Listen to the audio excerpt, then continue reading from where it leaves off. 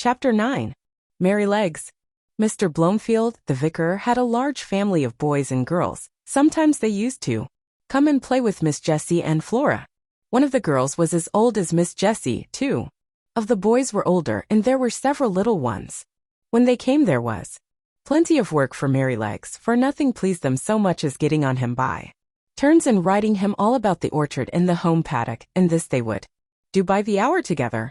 One afternoon he had been out with them a long time, and when James brought him in and put on his halter, he said, "There, you rogue, mind how you behave yourself, or we shall get into trouble." "What have you been doing, Merrylegs?" I asked. "Oh," said he, tossing his little head, "I have only been giving those young people a lesson. They did not know when they had had enough, nor when I had had enough, so I just pitched them off backward. That was the only thing they could understand." "What," said I, "you threw the children off? I thought you did know better than that." "Did you throw Miss Jessie or Miss Flora?" He looked very much offended and said, "Of course not. I would not do such a thing for the best oats that ever came into the stable. Why, I am as careful of our young ladies as the master could be, and as for the little ones, it is I who teach them to ride. When they seem frightened or a little unsteady, on my back I go as smooth and as quiet as old Pussy when she is after a bird, and when they are all right I go on again faster, you see, just to use them to it, so don't you trouble yourself preaching to me. I am the best friend and the best riding master those children have. It is not them, it is the boys. Boys," said he, shaking his mane, "are quite different. They must be broken in as we were broken in when we were colts, and just be taught what's what." The other children had ridden me about for nearly 2 hours, and then the boys thought it was their turn, and so it was, and I was quite agreeable. They rode me by turns, and I galloped them about, up and down the fields and all about the orchard for a good hour. They had each cut a great hazel stick for a riding whip, and laid it on a little too hard, but I took it in good part, till at last I thought we had had enough, so I stopped 2 or 3 times by way of a hint. "Boys, you see, think a horse or pony is like a steam engine or a thrashing machine, and can go on as long and as fast as they please. They never think that a pony can get tired or have any feelings, so as the one who was whipping me could not understand, I just rose up on my hind legs and let him slip off behind, that was all. He mounted me again, and I did the same. Then the other boy got up, and as soon as he began to use his stick I laid him on the grass, and so on till they were able to understand, that was all.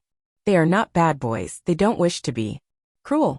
I like them very well, but you see I had to give them a lesson. When they brought me to James and told him I think he was very angry to see such big sticks. He said they were only fit for drovers or gypsies and not for young gentlemen. "If I had been you," said Ginger, "I would have given those boys a good kick, and that would have given them a lesson." 20.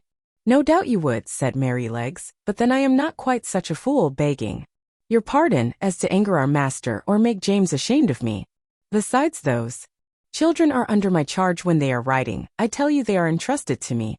Why, only the other day I heard our master say to Mrs. Bloomfield, 'My dear madam, you need not be anxious about the children. My old Merrylegs will take as much care of them as you or I could. I assure you I would not sell that pony for any money, he is so perfectly good-tempered and trustworthy, and do you think I am such an ungrateful brute as to forget all the kind treatment I have had here for 5 years, and all the trust they place in me, and turn vicious because a couple of ignorant boys use me badly? No, no. You never had a good place where they were kind to you, and so you don't know. And I'm sorry for you, but I can tell you good places make good horses.